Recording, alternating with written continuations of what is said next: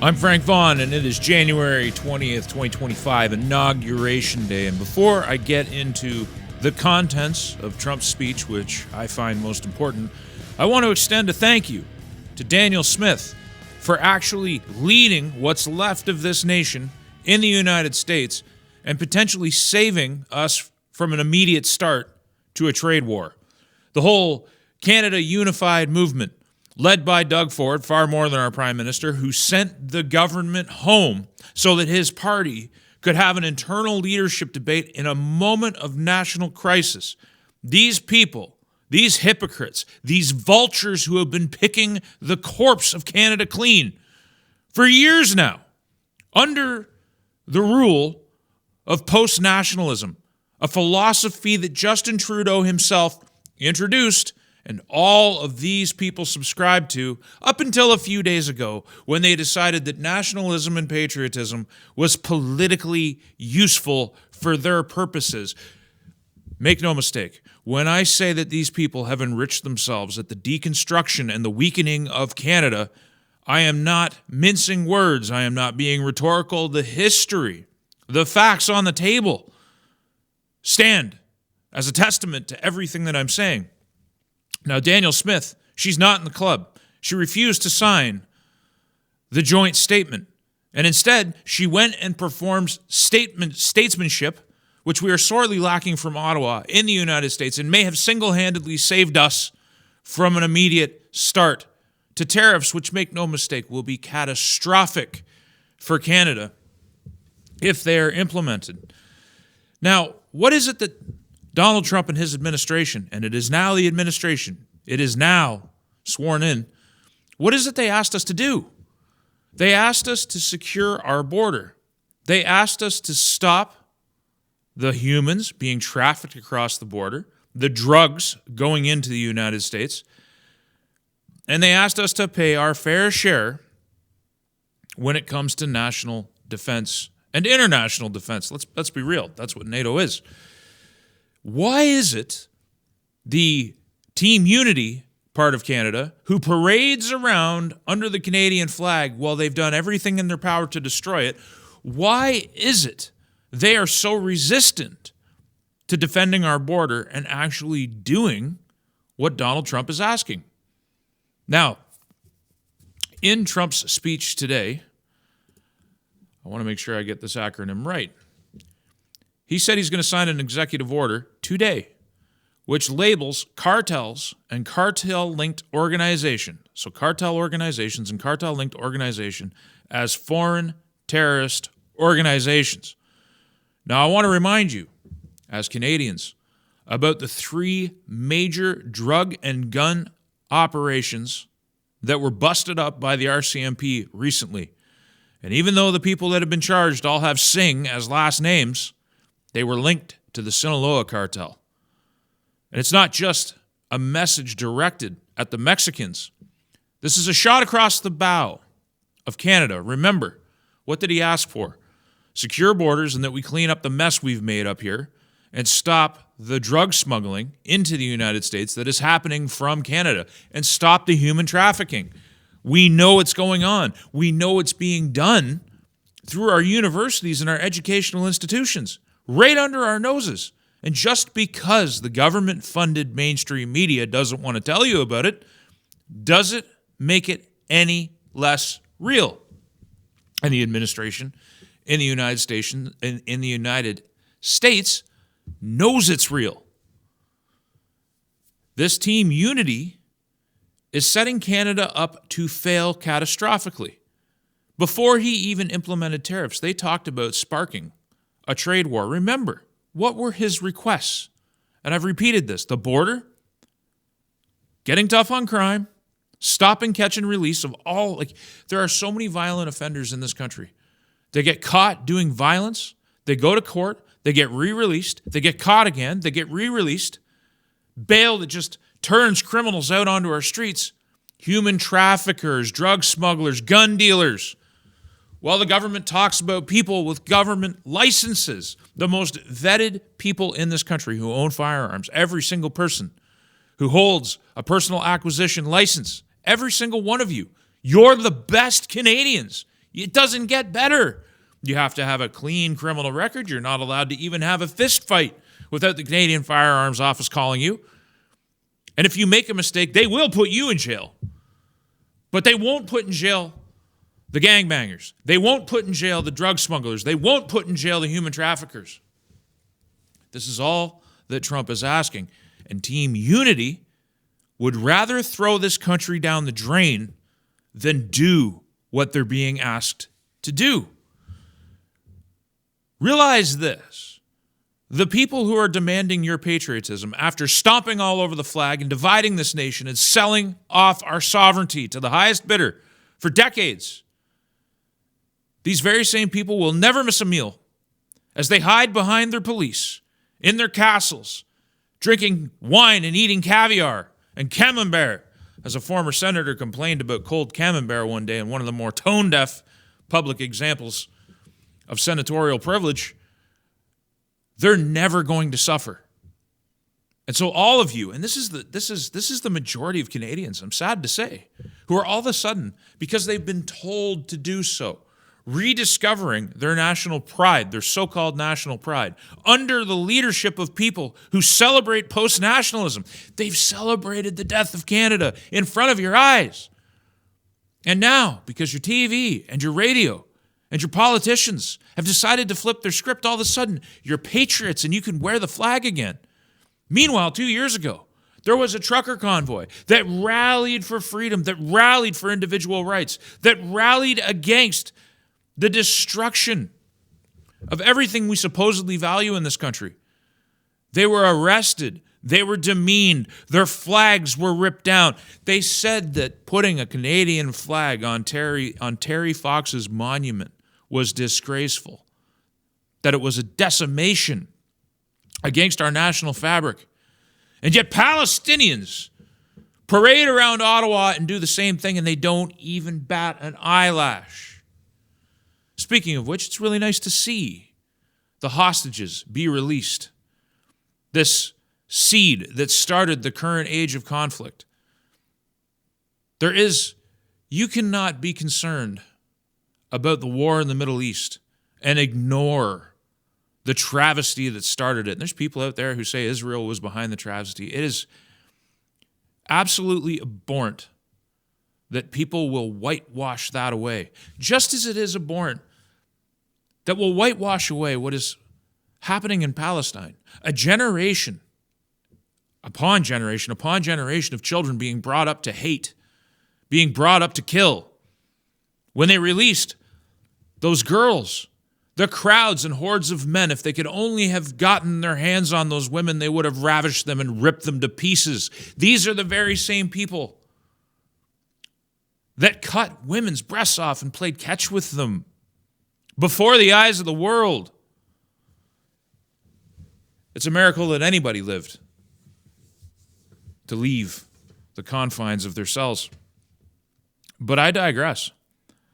These people are allowed to smash your windows, to harass your businesses. I talked to a friend last night. He lives in Toronto. He is so scared for his mother, his kind mother. She's afraid to walk down the street because she's Jewish. She fears for her life, and the police will not protect her. I don't see Jews out protesting and blocking and burning the embassies and universities. I don't see it happening here in Canada. And my principal concern is what's happening here in my nation. The mess overseas is a mess, and war is hell. But why is it that anybody that gathers together under the Canadian flag, why is it they're harassed, their bank accounts seized extrajudicially, foreign troops apparently deployed on Canadian soil to break up these peaceful protesters who, as a matter of fact, made the streets of Ottawa safer than they've ever been when they were there, safer than even the police can make the streets. That's what we do. And to reward the civil disorder created by the Palestinians here in Canada, we're bringing another 5,000 Gazans in at the taxpayers' expense. and putting them into Canada. People are dying on healthcare waiting lists, and the media is fawning at Wab Canoe, bowing before a child coming here, and this is nothing against the child and the medical needs. They don't talk about you while you die on waiting lists. You're taxed to death for your free health care. They rob you. They defame you. They call your nation post-nationalist. They say your nation doesn't even exist until it's convenient. It's disgusting, this parade. Now, I want to talk to you very briefly about this. This is Mr. Mark Carney's logo. And I need you to understand something about the Canadian flag and why it is. I often say when they tell you who they are, believe them. I don't know if any of you know this, and I'm going to do this with my finger because I can't do it with my mouse. The Canadian flag is drawn as two heads leaning together. So there's the forehead and the eyebrow and the nose and the mouth and the shoulders. And it's the same on the other side. And this is a symbol of the French and the English coming together in dialogue. How many people out there know that? Have you ever been taught that? When they split the flag up, they're telling you something. They're trying to build Mark Carney up as the savior of this nation. They're trying to say he's an outsider, outside of politics. And they're trying to show his resume and saying he's got all kinds of credentials and experience and he can save this country. Meanwhile, in his opening speech declaring his campaign, he got up and said, Canada's broken and the good times are over and it's nothing but bad times ahead. He is an architect of those bad times. He has headed not only the Bank of Canada, he headed the most powerful central bank in the world, arguably, the Bank of England, after the Fed. It doesn't get more inside. Look at your $20 bill. His signature's on our money. And liberal accounts are trying to convince you that this man is an outsider and he is the perfect foil to Pierre Trudeau, or Pierre Poilievre. Now, I think Carney's going to win. I mean, look at the Gong Show that was, I think Freeland is being sabotaged by her own Liberal Party. I am not a fan of Chrystia Freeland. Believe you me, I've said lots about her on this channel. But I watched her campaign announcement. There were no pro-Palestine people at Mark Carney's event, but there were a ton at Freeland's. And you could say that's just because she's part of the government and they're killing Gazans. And that might be true. But I think you can see the writing on the wall for Freeland. And then you have Gould being paradropped in just to rob support from Freeland, like Carney's the chosen one. And he's been handpicked by Justin Trudeau. And if you people fall for this, well, I'll be honest with you, the majority of Canadians probably will fall for it. I don't think they'll vote for him. But we've been falling for the myth of Canada forever. There's people often ask me, what do you think about the myth is Canada? What do you think about this video production? There's a lot there. There's a lot about this nation that's fake. And it's been fake. This confederation, which disadvantages many of its members, all the people, is built on a premise that has no foundation. And the reason I don't talk about it is because people don't care about those details. The vast majority of Canadians don't care. All they're capable of doing is marking an X when they're allotted the opportunity to do so. Power in this nation and in most nations is du jour. Whoever has it wields it. You can go and you can wave paper around all day and you can talk about facts about how the nation is fake and how Quebec never ratified the Constitution. You can do that all day. But at the end of the day, who has the power of arrest? Who controls justice? Who can jail you for your views? Who can forcibly extract, at the point of a gun, money out of your pocket from your wages? That's who has power, and it doesn't matter the underlying legal basis. Because if justice is corrupt, if the courts have the back of du jour power, and what does du jour mean? It means of day. Power of the day. Whoever controls it, wields it. So you can talk about the underpinnings and say that Canada doesn't have a foundation, and you would be correct. There was a time when the provinces were largely independent and we only federated certain powers away. But we've allowed this illegal structure, this unjust structure, this structure that stomps all over its people, denies your will, and is absolutely resistant to reform. This is something that I've spoke of at great length, actually. This idea that we can open up the Constitution and change things. There is no political will to do so. And even if you could get federal political will, it would be opposed by the Senate, it would be opposed by the judiciary, and most importantly, it would be opposed by Quebec, because this thing is designed for the benefit of the Laurentian elites. But bringing it back home for the moment, speaking of Danielle Smith, she's basically the only prime minister we have. Everybody else is just live-action role-playing as Canadians. She might be the one trying to save the country, but at the very least, she's going to save her constituents, which is Albertans. People do not understand. I don't know how. People don't read anymore. They don't understand history. They don't understand that we already did this in the 1980s, and it was terrible. Imagine a 22% mortgage. Can you imagine a 22% mortgage? Can you imagine a line of credit running a 25% interest rate? Can you imagine what that would do to you? Especially when you consider that if we actually get the trade war that Canada seems to want, and when I say Canada, I mean the political Canada, the Ottawa Canada, the people who have been ripping this country apart and selling it out, the trade war that they want, if we get it, we have a 30-cent dollar and we have skyrocketing interest rates. And you, the people that they're convincing to rally behind them, are the ones that are going to starve. I come to warn you. I come so that you can get ready, so that you can be resilient. And God willing, what I'm talking about won't happen, that somehow there will be a resolution. Trump can take his time. He doesn't have to lay out tariffs today. He could if he wants to. But something else he said in his speech was that, and I talked about this already, cartels and foreign terrorist organizations. And it invokes laws in regards to terrorism. It would be very easy over the coming months to build a case that Canada harbors terrorism, because we do. We harbor terrorist organizations. We do. Many of them. Khalistani separatists, Hamas radicals. We harbor terrorists. Use your heads, folks. When we have the biggest drug production and smuggling rings in Canada being busted up by the RCMP with links to the Sinaloa cartel, who do you think Trump is talking about? It ain't just Mexico. Open your eyes. Lift the veil.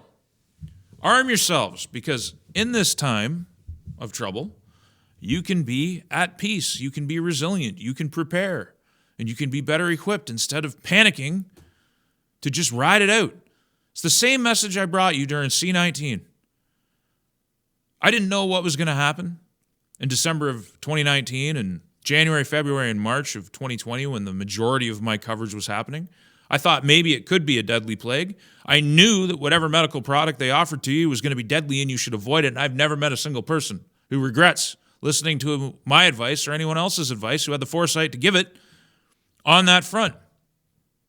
And rather than buying toilet paper, I encouraged people to engage in activities that built resilience, self-sufficiency in food, farming, physical activity, and more than anything, looking around themselves at their four walls and their dwelling and doing everything they could to build resilience. This really is the key word. And in that way, no matter what happened in the world, as the government went about breaking the supply chain and destroying lives and carrying on as they did, you could be secure and enjoy a measure of peace. And there's a whole pile of people, my comments are full of them, who still thank me for that to this day. And we did, I think, about a dozen videos where we taught people how to farm and grow food and just engage in building resilience. And I'm here to deliver the same message. Build resilience. Don't be fearful. Don't run in fear. Don't run like your head's on fire.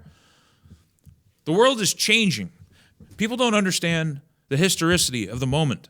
People don't read history books, so they don't understand how fluid national borders and geopolitics actually is, and that when you enter into a period of great change, it can be bewildering. So I'm just warning you. The other thing that Trump said, actually, very quickly, that America's going to be colorblind and there's only two genders, male and female. Isn't that just beautiful? Don't you wish you had that kind of courageous leadership here in Canada? Don't you wish you lived in a world, a Western world, where it wasn't necessary to state the natural obvious? There's men and there's women and there's nothing else. And you can live action role play all day long. But anybody telling you that it's real is deceiving you, just as you're deceiving yourself with your identity. You are not something other than what you were born. A national energy emergency is another thing that Trump discussed today. It ain't just about drilling. It's about securing energy prosperity. He talked very openly about retaking the Panama Canal. These are big moves. He's not kidding around. This isn't the first administration. This one has already, before it even got into office, changed the face of how the West operates. And today is only day one. The prelude was more monumental than 4 years of Biden. Zuckerberg sitting in the stands behind the president on full display for the world. There's a message there, folks. Are you listening? Are you reading it? Are you interpreting it? Do you understand what the words mean? Retaking the Panama Canal? Putin saying that he might be the only person who can avoid World War III? He said that today. And this is another thing about Donald Trump. Why don't people talk about the fact, and I said this in 2016, he was the peace candidate then, the only American president that didn't start any wars for I don't even know how long at this point. It was a long time. I had more precise numbers at my fingertips back then, but I don't need them this time. He's not a president that wants to seek wider wars. I don't know about the Iran question. I don't know how that's going to work out. But getting out of Ukraine and dealing with that, solving the Gordian knot of the Middle East, anybody that's willing to take on those tasks and take them seriously should have some level of support, even if they fail, because there are no guarantees in a fluid world. This is a time of vast change. The national energy emergency. If it is a national emergency for the United States to secure for itself its energy supplies, not just the oil under its feet, but whatever it imports, those critical resources, what do you think happens if Canada decides to cut off those very same sources of energy? I've heard people say, there's this one guy on X right now, and he's going on about how it's the Americans that have stopped us from developing Energy East and building energy resilience here in Canada because they pour money into our politicians and prevent the building of these pipelines that would actually enable Canada to exercise a degree of sovereignty if we even wanted that, because I remind you yet again, we have a prime minister, currently still, the fake resignation, who resigns and doesn't leave office. Our prime minister. Who goes home? Who sends Parliament home so they can't do any business in the middle of a national crisis, but still continues to govern? Our prime minister. This post-nationalist. This man who hates Canada. What do you think happens when they cut off those energy supplies? When the Americans can look north and they can say, you harbor terrorists, because we do. We don't just harbor them. We give them home. We allow them to organize. They have meetings where they call for the death of every single Israeli, let's call it. I don't know if I can say the J word without triggering some kind of algorithmic censorship. I'm not sure. I'm just not sure anymore. We actually do that. The Chinese Communist Party operates police stations on Canadian soil. They actually do that.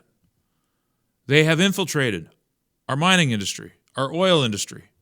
They have poured billions of dollars into our universities, which are engaged in human trafficking, smuggling rings, taking people into the United States. These are all facts, folks. And if you don't know that they're facts, that is not my problem. Everybody's always saying, build me a document, build me source material. I've been down that road before, folks. What I've found is the best that I can possibly do is just try to tell you the truth. Because anytime I try to prove the truth of what I'm saying to anybody but myself, even if I do, they never listen anyway.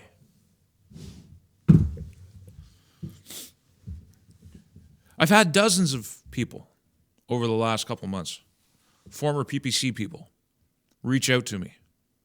People who are, one degree or another, very cruel to me and very offended the way that I left in 2020. But I told them what would happen, just as I'm telling them what will happen now, because I tell the truth. I believe in it. And if I get it wrong, I'll say I got it wrong. Dear friends and colleagues who I lost, now coming back to say, you know what, man, you were right. And I get no pleasure in it. I tried to warn them. By the time someone comes back and says, dude, you were right, and I'm sorry, first off, it's forgiven. It's forgiven. It's washed away. You'll never hear me talk about it again. But by the time they show up, it's already too late. So I derive no pleasure from it because I'm not here to be an egotist. I'm not here to be a narcissist. I want to arm people with information. I want people to be resilient.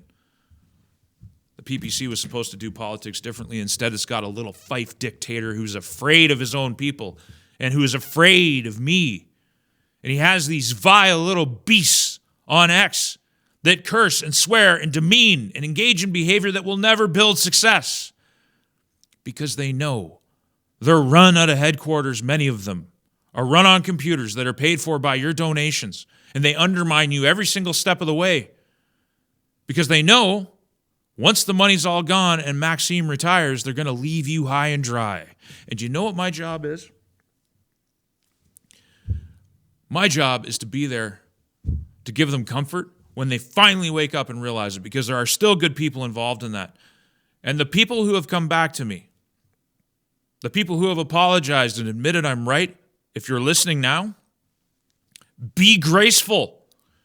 As I was to you, be graceful to them, because they're going to be hurting when they realize how they've been used.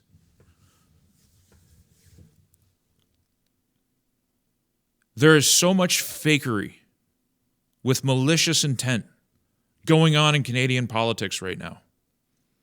Danielle Smith is the only one doing it right, and you can highlight her flaws and you can point fingers all you want at Alberta and you can have problems with her.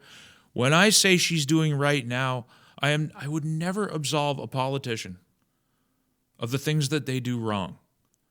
Likewise, you celebrate when they do something right. She's the only one representing Canada well, and she might be the only reason we don't have tariffs today. If indeed we don't get tariffs today, it doesn't look like we're going to. But the Americans can afford to play a long game. They've got their casus belli ready. Canada is on the ropes. I don't even think they want us because we're a mess.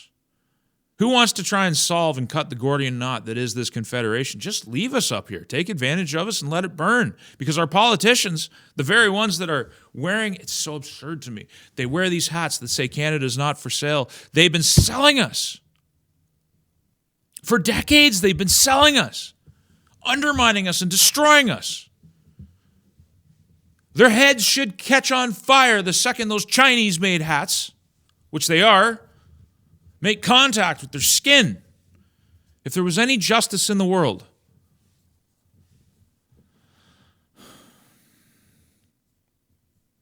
and for those of you who say, why do you get, why are you angry? Calm down, speak calmly, whatever. Do you not feel this? Do you not feel offended at the lies and the obfuscations and the stomping all over of our heritage? My grandfather and my uncles landed on the beach of D-Day with an idea, and the nation that they fought for is gone. And it's been gone because of these people who absurdly wear these hats that say Canada's not for sale, have sold us. Everything they do is a lie. And if you are a man or a woman with any sense of justice or truth in your heart or your being, how can it not bring anger out of you? How can it not hurt you? We might be past the point of no return. And the Americans know it. We are the ones who have left ourselves in this position. We are the ones who voted for these people. We are the ones, our politicians, who resisted building pipelines, who resisted building energy projects, who resisted opening up new markets for our goods, who deindustrialized us and destroyed our manufacturing sectors and allowed the sale of our real estate, our agricultural land, and the wealth underneath our feet to become dominated by foreign governments, by people who have a greater sense of their national destiny than we do, because we're post-nationalists. We don't get to have a national destiny until it interrupts the people and their plan for themselves to enrich themselves off the corpse of this nation. And that's what they're doing. How can such hypocrisy fail to infect you with some level of emotion? So if you want cut and dry normalcy, if you want somebody to just be calm all the time, you're not going to find him in me. Go find someone else to watch. I don't have it in me. I can't contain it. I sit down, I hit record, and it comes forth. When I'm off camera, all I do is read and consume information. I read history books. I read my Bible. I study its history. I study the history of nations. Like other people watch sports, that's what I do with my time. I feel it. It's in me. You can't condemn me for having a level of passion in the face of injustice. I'm Frank Vaughn, and these are interesting times. I'll see you in the next one. Did you know that I have a website, frankvaughn.ca, the ultimate repository for all of my work, and a backup location just in case the censors come for me again? And if you like the content, please consider using the donate link in one of the options available. There are no paywalls, there is no advertising, and there is no Patreon, and I intend to keep it that way. Thank you for your time and your consideration.